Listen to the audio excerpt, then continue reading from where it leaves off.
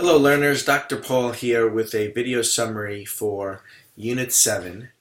And in this unit we looked at postmodern ideas. And I was really interested in the articles that you reviewed and discussed. There were many interesting takes and understandings about postmodern thought and the impact that it's had on family therapy. To begin with, postmodern ideas, I guess you could probably say began in family therapy with Gregory Bateson in the 50s and 60s. So these ideas were floating around in the culture in art and architecture and in some other fields.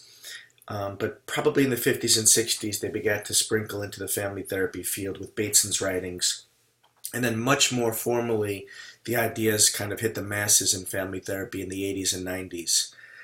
And postmodern ideas are very interesting yet challenging ideas because they challenge a lot of our basic assumptions and belief systems, oftentimes about things that we don't always think about.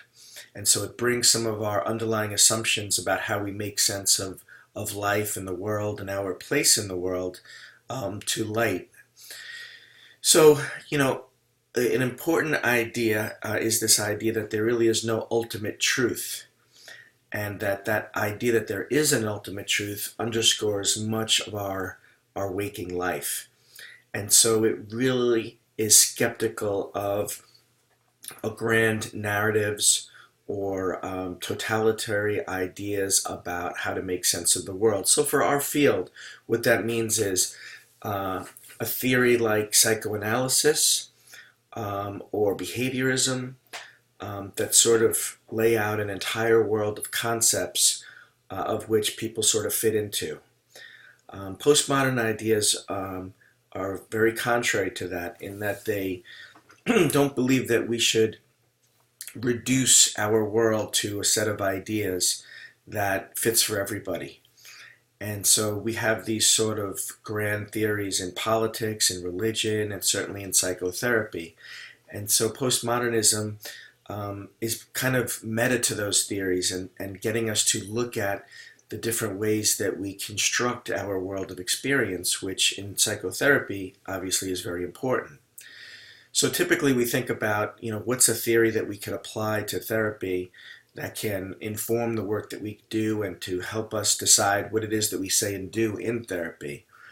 And what postmodernism says is that theories and models of therapy aren't right or wrong, or one is better than the other, which we oftentimes take that stance, but rather that there can be multiplicitude of ways that we can do good therapy and that we can borrow and take from different approaches, and that we don't have to be cemented into one way of seeing the world and only seeing it through that lens.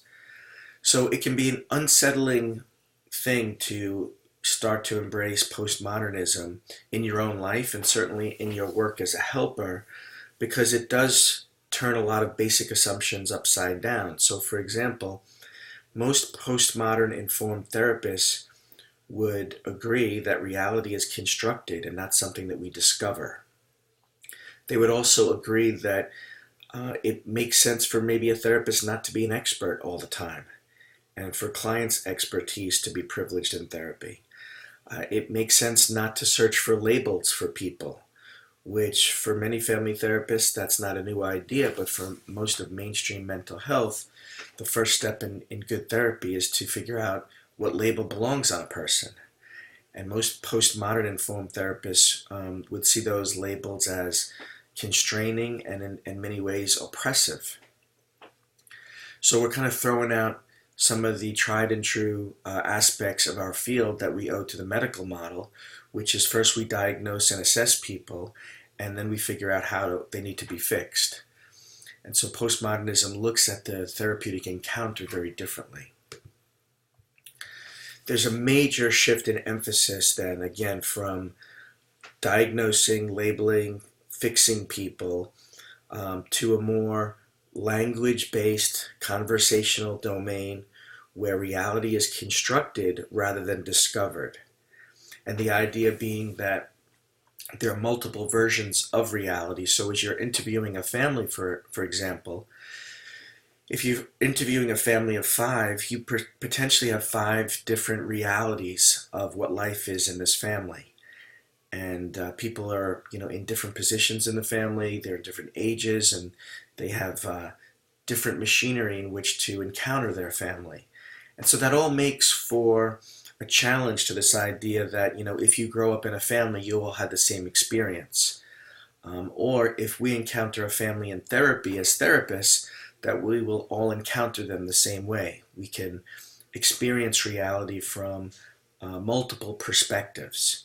And again, this is a very challenging idea to a field that is immersed in the medical model in many respects, which says that if a person presents in therapy and they have the symptoms that fit the criteria of, say, bipolar disorder, then 100 therapists should all agree that there's bipolar disorder with this person. From a postmodern perspective, we're going to encounter that person resisting the urge to label them, and more importantly, to have a human-to-human interaction with them that can lead to a lot of interesting and different places other than here's your pathology and here's how to fix it. So while unsettling, postmodern ideas can be very liberating in therapy.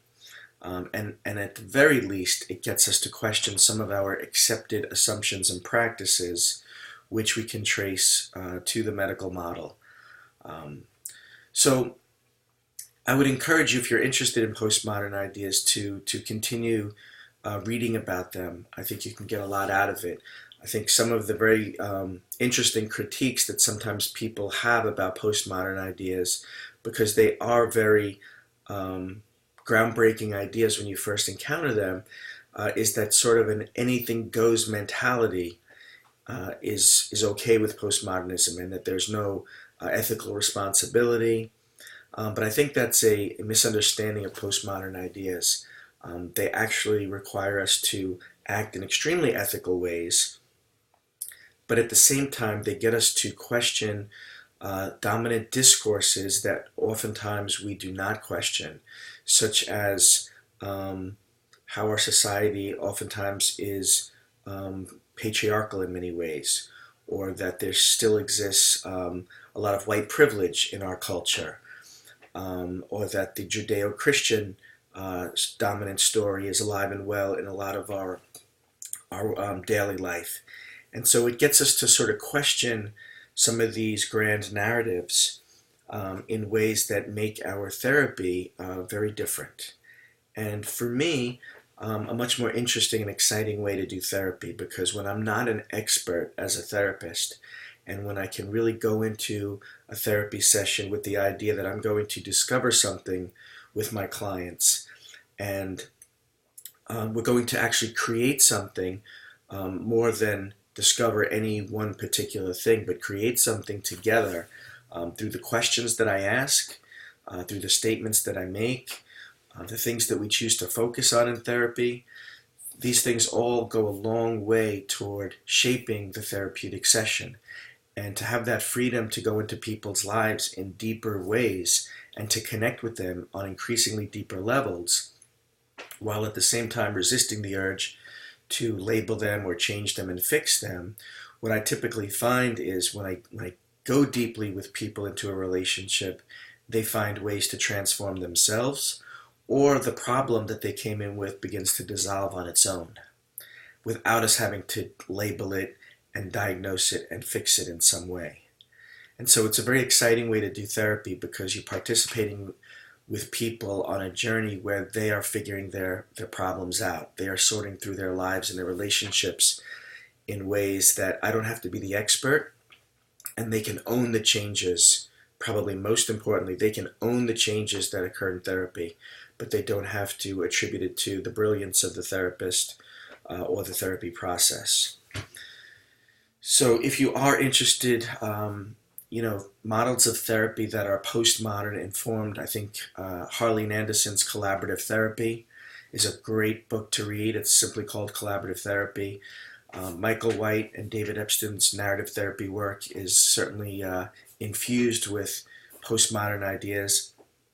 And solution-focused therapy, probably the number one misunderstood model of therapy, is chock full of postmodern thought, but you really need to take the time to read beyond the one chapter in your book, but go back to Steve DeShaze's work and see how he is influenced by writers on postmodernism and the role of language in creating reality, etc.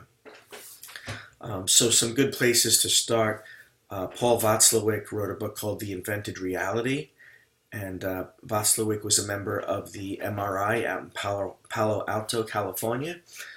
So that was a groundbreaking place for early family therapy out in Palo Alto.